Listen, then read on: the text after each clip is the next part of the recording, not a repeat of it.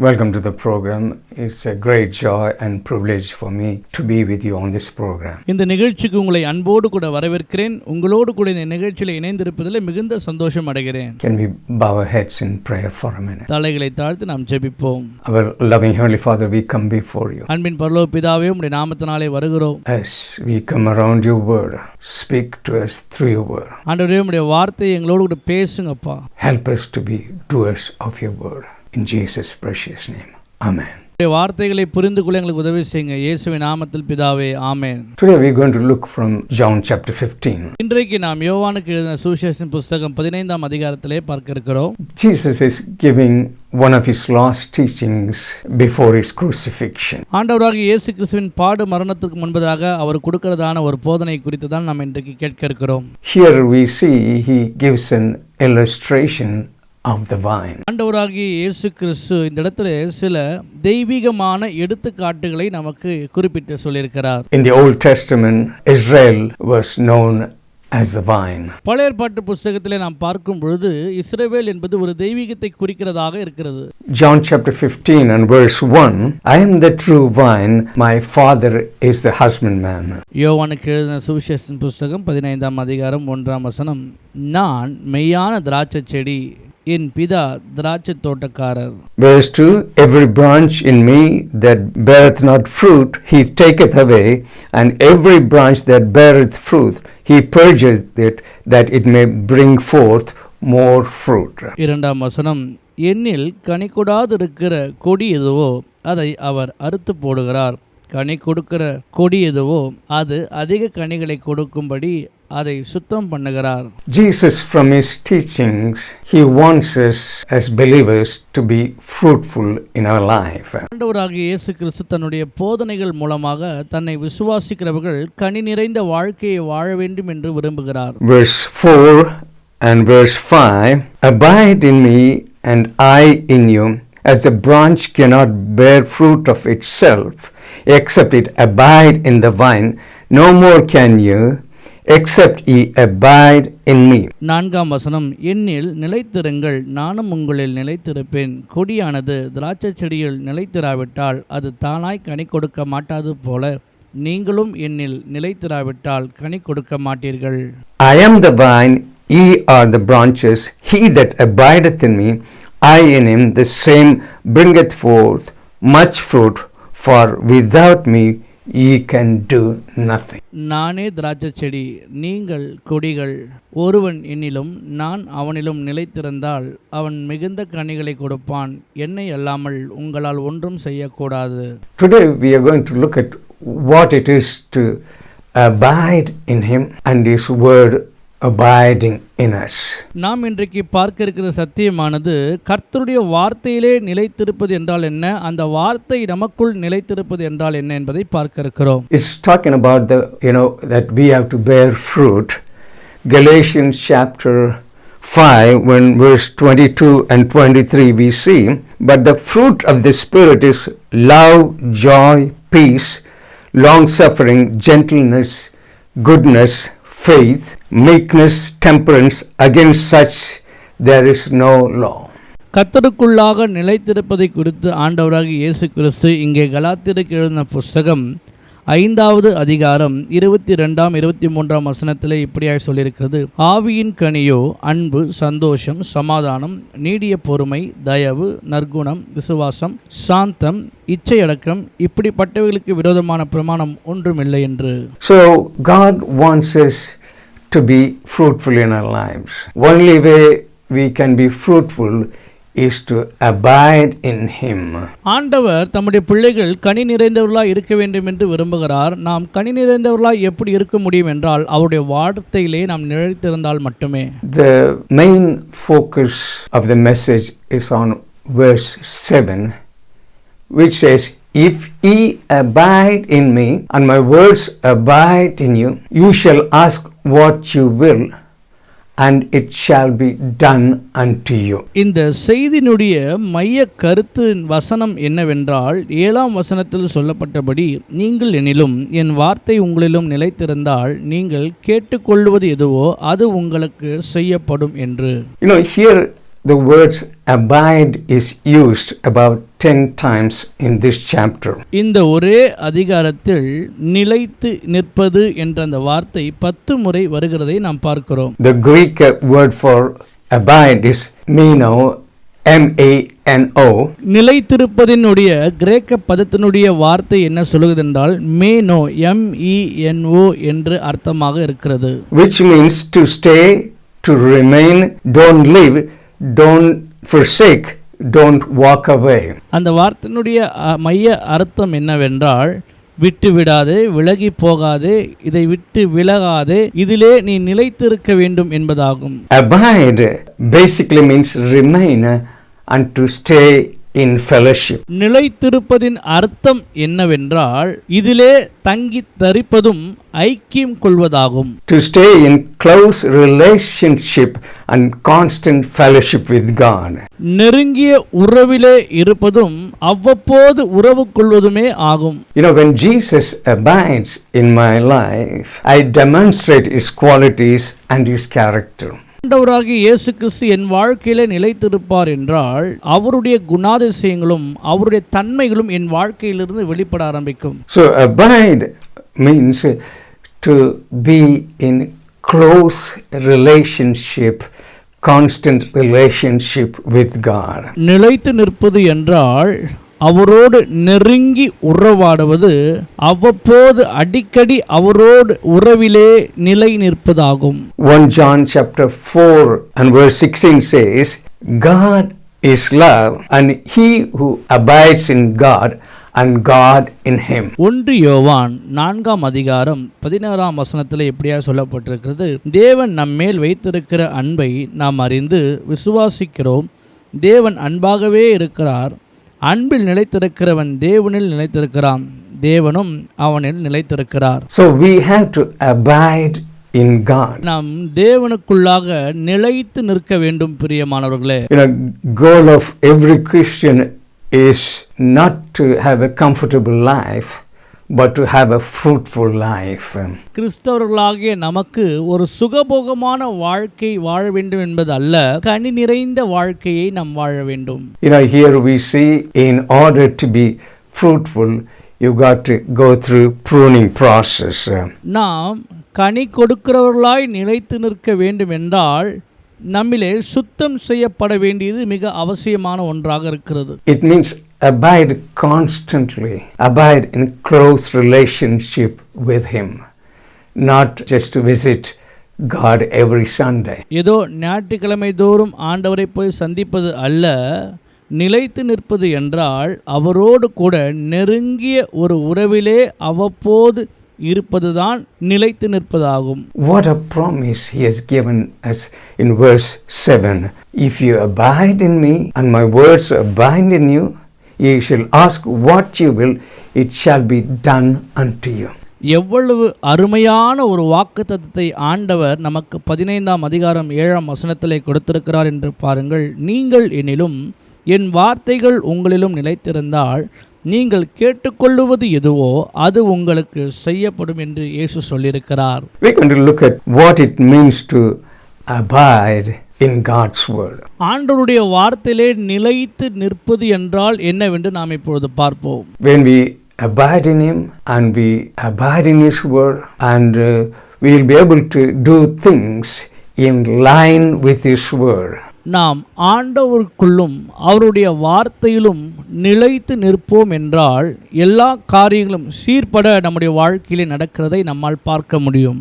It is talking about intimacy with God. இது எதை குறிக்கிறது என்றால் தேவனோடு இருக்கிற நல் உறவை குறித்திருக்கிறது. The word abiding means it's abiding in our spirit. நிலைத்து நிற்க வேண்டும் என்று சொல்லப்படுகிற இந்த வார்த்தை எதை குறித்து சொல்லுகிறது என்றால் ஆவியிலே நாம் அவரோடு கூட நிலையாய் நிலைத்து நிற்க வேண்டும். It means actually you diligently study the word of God, meditate upon the truth of God, and the truth becomes real in your heart. நிலைத்து நிற்பது என்றால் ஆண்டவருடைய வார்த்தையை எப்போதும் தியானித்து கொண்டிருப்பதும் அவருடைய சத்தியத்தை நீங்கள் அதிகமாக உள் வாங்குவதுமே ஆகும். பின்பு அந்த வார்த்தை உங்கள் வாழ்க்கையில் நிஜமாகும். Then when the truth becomes real in your heart, you act according to that in your daily life. எப்பொழுது சத்தியம் உங்கள் வாழ்க்கையிலே நிஜமாக மாறுமோ அப்பொழுது நீங்கள் கர்த்தருடைய வார்த்தையின்படி செயல்பட ஆரம்பிப்பீர்கள். So when it becomes real in our heart and we abide in Him, we ask things according to His will, and it will be done unto you. That is the promise of God. தேவனுடைய வார்த்தையானது நம்முடைய இருதயத்திலே நிலைத்து நிற்கும் பொழுது, அந்த வார்த்தை நம்முடைய வாழ்க்கையில் நிஜமாய் இருக்கும் பொழுது, அந்த சத்தியத்தின்படி நாம் அவருடைய சித்தத்தின்படி எதையெல்லாம் கேட்போமோ அதை பெற்று தேவனுடைய நாம மகிமைக்கென்று இந்த பூமியிலே நாம் வாழ்வோம். பிரியமானவர்களே, You can ask me, how do I know the word of God is abiding in me or not? நீங்கள் என்னிடத்தில் கேட்கலாம், எப்படி நான் புரிந்து கொள்வது கர்த்தருடைய வார்த்தை எனக்குள்ளாக நிலைத்து இருக்கிறது என்று சொல்லி. So when you go through a difficult time, when you are in the middle of a crisis, we have to listen to the word of God coming out of us.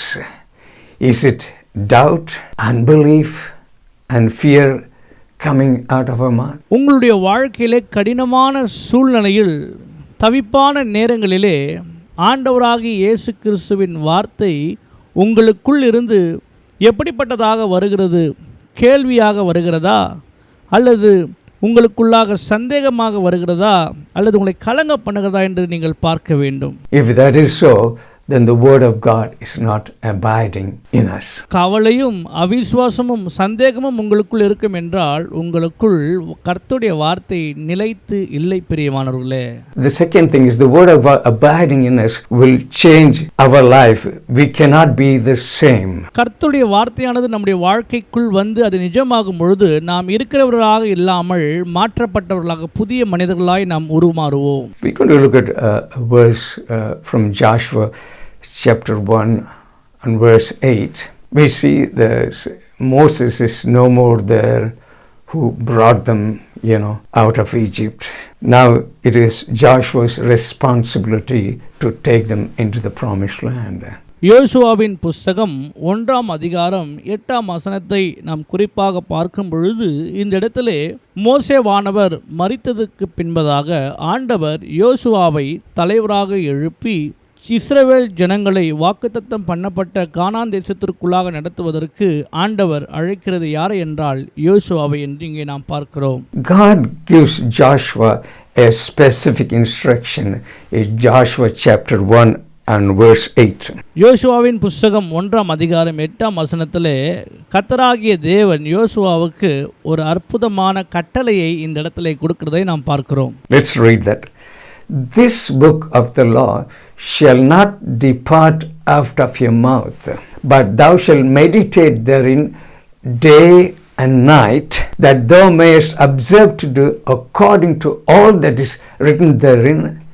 Then you will make your way prosperous, and then you will have good success. 8ஆம் வசனம், இந்த நியாயப்பிரமாண புஸ்தகம் உன் வாயை விட்டு பிரியாதிருப்பதாக, இதில் எழுதியிருக்கிறவைகளின்படியெல்லாம் நீ செய்ய கவனமாயிருக்கும்படி இரவும் பகலும் அதை தியானித்து கொண்டிருப்பாயாக. அப்பொழுது நீ உன் வழியை வாய்க்க பண்ணுவாய், அப்பொழுது புத்திமானாய் நடந்து கொள்ளுவாய். So we see here, this book of the law shall not depart out of your mouth. You will meditate on it day and night, and that thou mayest observe to do according to all that is written therein. Then you will make your way prosperous, and then you will have a good success. இந்த நியாயப்பிரமாணத்தின் புஸ்தகம் உன் வாயை விட்டு பிரியாதிருப்பதாக, இதில் எழுதியிருக்கிறபடியெல்லாம் நீ செய்ய கவனமாய் இருக்க வேண்டும். 3வது, இரவும் பகலும் இதிலே நீ தியானமாய் இருக்க வேண்டும். அப்பொழுது நீ உன் வழியை வாய்க்க பண்ணி புத்திமானாய் நடந்து கொள்வாய் என்று ஆண்டவருடைய வசனம் இங்கே சொல்லியிருக்கிறது. The law is the word of God. That's the first 5 books of the Bible. 5 புஸ்தகத்தில் இருக்கிறதான இந்த வார்த்தைகள் தேவனுடைய நியாய பிரமாணம் என்பது ஆண்டவருடைய கட்டளையாக இருக்கிறது. God stresses the importance of meditating on God's word. Meditate, contemplate focus one thoughts on the word of God. ஆண்டவர் இந்த இடத்திலே கர்த்தருடைய வார்த்தையிலே தியானமாய் இருக்கிறதை குறித்து சொல்லியிருக்கிறார்.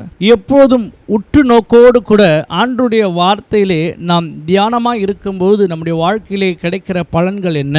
We got to meditate on the word of God continuously. கர்த்தருடைய வார்த்தையிலே இரவும் பகலும் நாம் தியானமாய் தொடர்ச்சியாய் இருக்க வேண்டும். Do you know our mind is active even when we are not doing anything? நம்முடைய சிந்தையானது நாம் எந்த விதமான வேலை செய்யாதிருக்கிற சூழ்நிலையில் கூட அது வேலை செய்து கொண்டுதான் இருக்கிறது.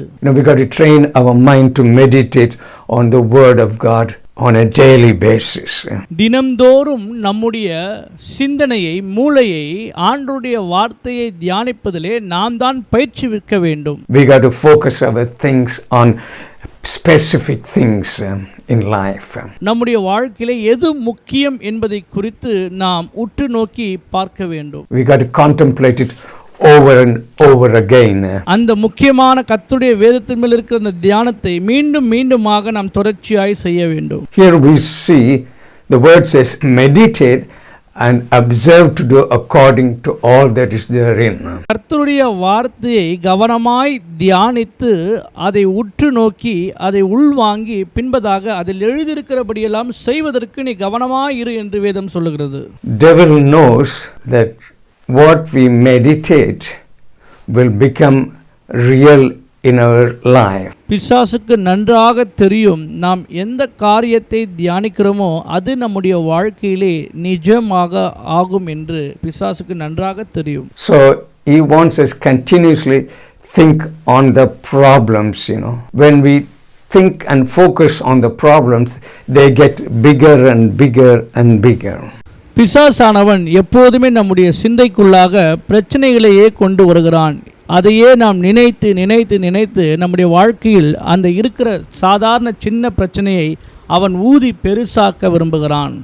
Psalm 1, blessed is the man that walketh not in the counsel of the ungodly, nor standeth in the way of sinners, nor sitteth in the seat of the scornful. What it says, verse 2, but his delight is in the law of the Lord, and in his law doth he meditate day and night. சங்கீதம் 1 இப்படியே சொல்லப்பட்டிருக்கு, துன்மார்க்குடைய ஆலோசனையில் நடவாமலும் பாவிகளுடைய வழிகளில் நில்லாமலும் பரியாசக்காரர் உட்காரும் இடத்தில் உட்காராமலும் கர்த்தருடைய வேதத்தில் பிரியமாயிருந்து இரவும் பகலும் அவருடைய வேதத்தில் தியானமாய் இருக்கிற மனுஷன் பாக்கியவான். The benefit of meditating on the word of God day and night we see in verse 3, and he shall be like a tree planted by the rivers of water, bringeth forth fruit in his season, and his leaves shall not wither, and whatsoever he doth shall prosper. கர்த்தருடைய வேதத்திலே தியானமாய் இருப்பது நிமித்தமாக நம்முடைய வாழ்க்கையிலே கிடைக்கக்கூடிய பலன் என்னவென்று பார்க்கும் பொழுது 3ஆம் 4ஆம் வசனத்திலே அவன் நீர்க்காலங்களில் ஓரமாய் நடப்பட்டு தன் காலத்தில் தன் கனியை தந்து இலை உதிராத மரத்தைப் போல் இருப்பான், அவன் செய்வது எல்லாம் வாய்க்கும். Can you see how meditating on the word of God is important? நாம் இங்கே பார்க்கிறோம் கர்த்தருடைய வேதத்தில் தியானமாய் இருப்பது எவ்வளவு முக்கியமான ஒன்றாக நம்முடைய வாழ்க்கையில் இருக்கிறது என்று. That's why Jesus said, if you abide in me and my words abide in you, you shall ask what you will, it shall be done unto you.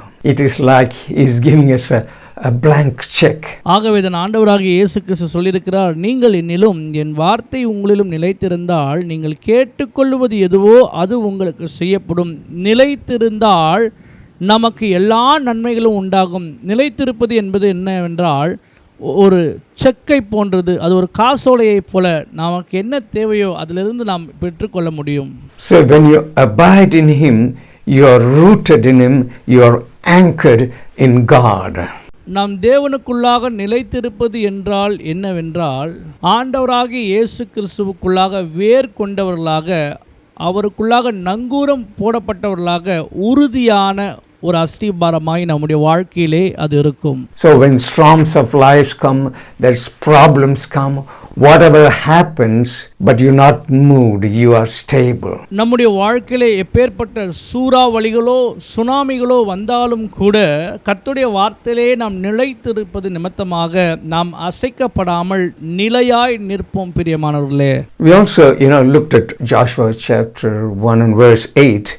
Speak the word, the book of the law shall not depart out of your mouth. It should be continuously in your mouth. யோசுவாவின் புஸ்தகத்திலே 1ஆம் அதிகாரம் 8ஆம் வசனத்திலே இப்படியாய் சொல்லப்பட்டிருக்கிறது, இந்த நியாயப்பிரமாணத்தின் புஸ்தகமானது உன் வாயை விட்டு பிரியாமல் அதிலே நீ இரவும் பகலும் தியானமாய் இருக்க வேண்டும் என்று சொல்லி.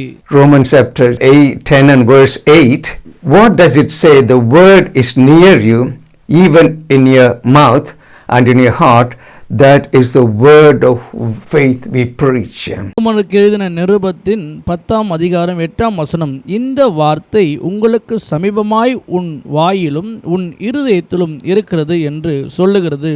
இந்த வார்த்தை நாங்கள் பிரசங்கிக்கிற விசுவாசத்தின் வார்த்தையே.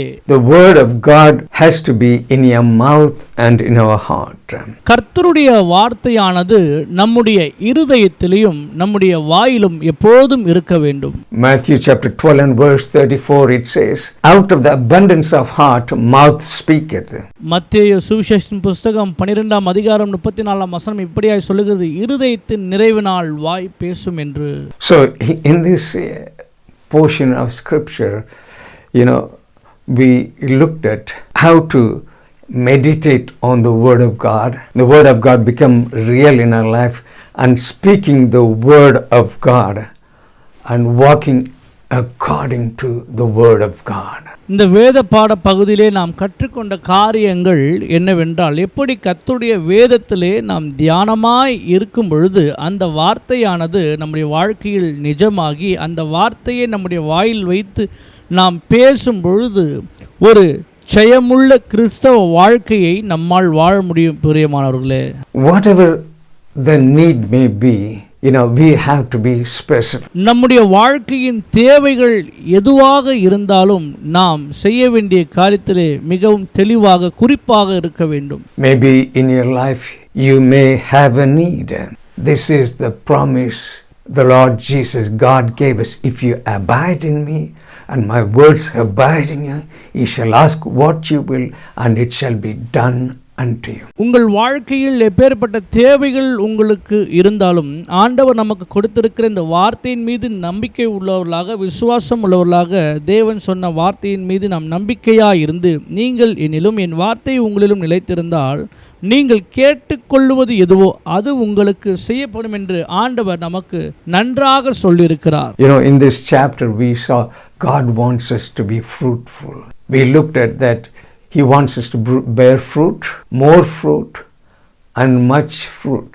ஆண்டவராகிய இயேசு கிறிஸ்துவின் அதிகாரத்திலே நாம் கனி நிறைந்தவர்களாய் வாழ வேண்டும் என்று கர்த்தர் சொல்லியிருக்கிறார். கனிகளை கொடுக்க வேண்டும், மிகுந்த கனிகளை கொடுக்க வேண்டும், அபரிவிதமான கனிகளை கொடுத்து நம் ஆண்டவருடைய நாம மகிமைக்கென்று வாழ வேண்டும். And also we looked at that, if we abide in him, if we live in constant fellowship with him, and if we have an intimacy with God, and we abide in his word, we shall ask whatever we need and he will grant it unto you. That's what we see here. நாம் இங்கே பார்த்த சத்தியம் என்னவென்றால், கர்த்தருடைய வார்த்தையிலே நாம் நிலையாக நின்று அவரோடு கூட நல்ல ஐக்கியத்தின் உறவிலே நாம் இருக்க வேண்டும்.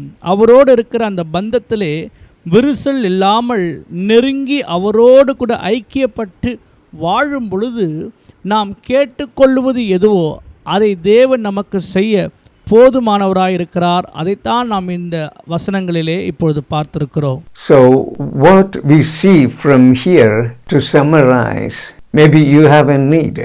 It may be to do with the family. It may be to do with the healing.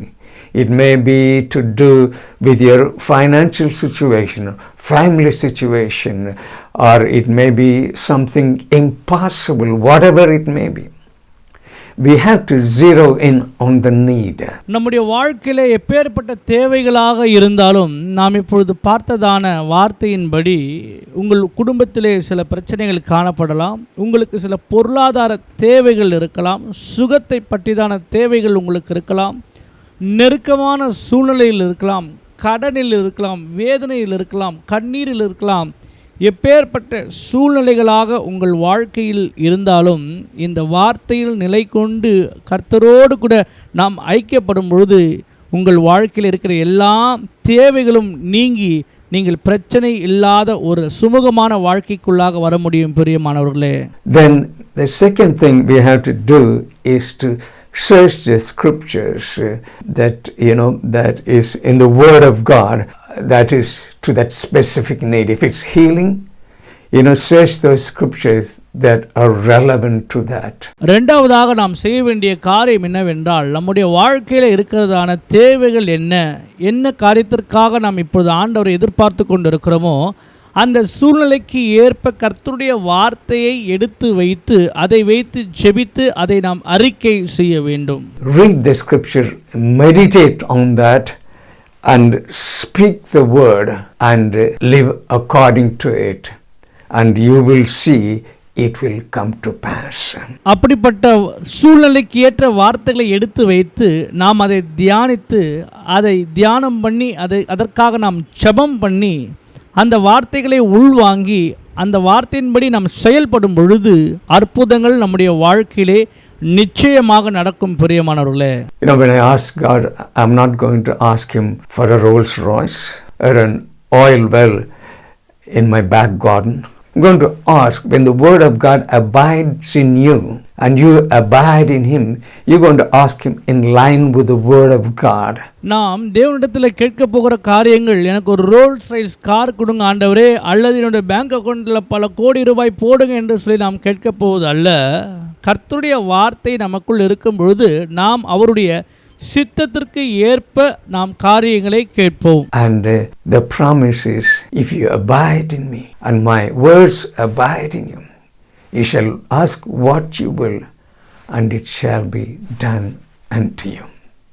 This is God's promise for us. இதிலே முக்கியமான கர்த்தருடைய வாக்குத்தத்தம் என்னவென்றால், நீங்கள் என்னிலும் என் வார்த்தை உங்களிலும் நிலைத்திருந்தால் நீங்கள் கேட்டுக்கொள்ளுவது எதுவோ அது உங்களுக்கு செய்யப்படும். இதுதான் தேவன் கொடுக்கிறதான மாபெரும் வாக்குத்தத்தமாக நம்முடைய வாழ்க்கையில் இருக்கிறது. Let's bow our heads in prayer. நாம் தலைகளை தாழ்த்தி ஜெபம் பண்ணுவோம். Loving Heavenly Father, we thank you for your word. அன்பின் பரலோக பிதாவே, உம்முடைய வார்த்தைகளுக்காக உமக்கு நன்றி. Thank you for the integrity of your word. ஆண்டவரே, உம்முடைய வார்த்தையின் உண்மைத்துவத்திற்காக நன்றி அப்பா. Help us to be doers of your word. ஆண்டவரே, எங்களுக்கு உதவி செய்யுங்க. உம்முடைய வார்த்தைகளை எங்கள் வாழ்க்கையில் நாங்கள் செயல்படுத்த. Help us to take hold of the word of God. உம்முடைய வார்த்தையை நாங்கள் நிலைத்து நிற்க எங்களுக்கு உதவி செய்யுங்க ஆண்டவரே. Entrance of your word giveth light and giveth understanding. ஆண்டவரே, உம்முடைய வார்த்தையானது எங்களுக்கு வெளிச்சத்தையும் ஞானத்தையும் கொடுக்கிறதாக இருக்கிறது. Help us to be people that will be fruitful in our lives. ஆண்டவரே, உம்முடைய ஜனங்கள் கனி நிறைந்த ஒரு வாழ்க்கையை வாழ எங்களுக்கு உதவி செய்யுங்கப்பா. Help us to be people who abide in you constantly and the word abiding in us. ஆண்டவரே, உம்முடைய பிள்ளைகள் உம்மிலே நிலைத்திருக்க, நாங்கள் எல்லோரும் உம்மிலே நிலைத்திருந்து நீர் எங்களுக்குள் நிலைத்திருக்க எங்களுக்கு உதவி செய்யும். Lord, at this moment of Father, there may be needs of people. I pray in the name of Jesus. ஆண்டவரே, உம்முடைய ஜனங்களுடைய வாழ்க்கையில் இருக்கிறதான எல்லா தேவைகளை சந்திக்கப்பட இப்போது உம்முடைய பரிசுத்த நாமத்தினாலே ஜெபிக்கிறோம். Whatever their need may be, need in their body, family needs, job situations, I pray in the name of Jesus. They will experience a break. ஆண்டவரே, உம்முடைய ஜனங்களுடைய வாழ்க்கையில் இருக்கிறதான குடும்பத்திலே சில பிரச்சனையின் தேவைகள், பண தேவைகள், வேலையில்லாத சூழ்நிலைகள், நெருக்கத்தின் சூழ்நிலைகள், இவைகள் எல்லாவற்றிலிருந்தும் அவர்கள் வெளியேற ஆண்டவராகிய இயேசு கிறிஸ்துவின் நாமத்தினாலே ஜெபிக்கிறேன். ஒரு விடுதலை இப்போது பேசுகிறேன் உம்முடைய நாமத்தினாலே. They will experience an answer, a miracle in their life. Lord, touch them and meet their need. In Jesus' precious name, Amen. இப்பொழுது ஜெபித்துக் கொண்டிருக்கிற இந்த சூழ்நிலையிலே அவர்கள் ஒரு அற்புதத்தையும் ஒரு விடுதலையும் உம்முடைய தொடுதலையும் பெற்றுக்கொள்வார்களாக. கர்த்தர் அவர்களை ஒரு சாட்சியாய் மாற்றுங்க. இயேசு கிறிஸ்துவின் நாமத்தில் ஜெபிக்கிறோம் ஜீவனுள்ள நல்ல பிதாவே, ஆமென். God bless you and we see you in the next program. கர்த்தர் உங்களை ஆசீர்வதிப்பாராக. மற்றொரு நிகழ்ச்சியிலே உங்களை சந்திக்கிறேன்.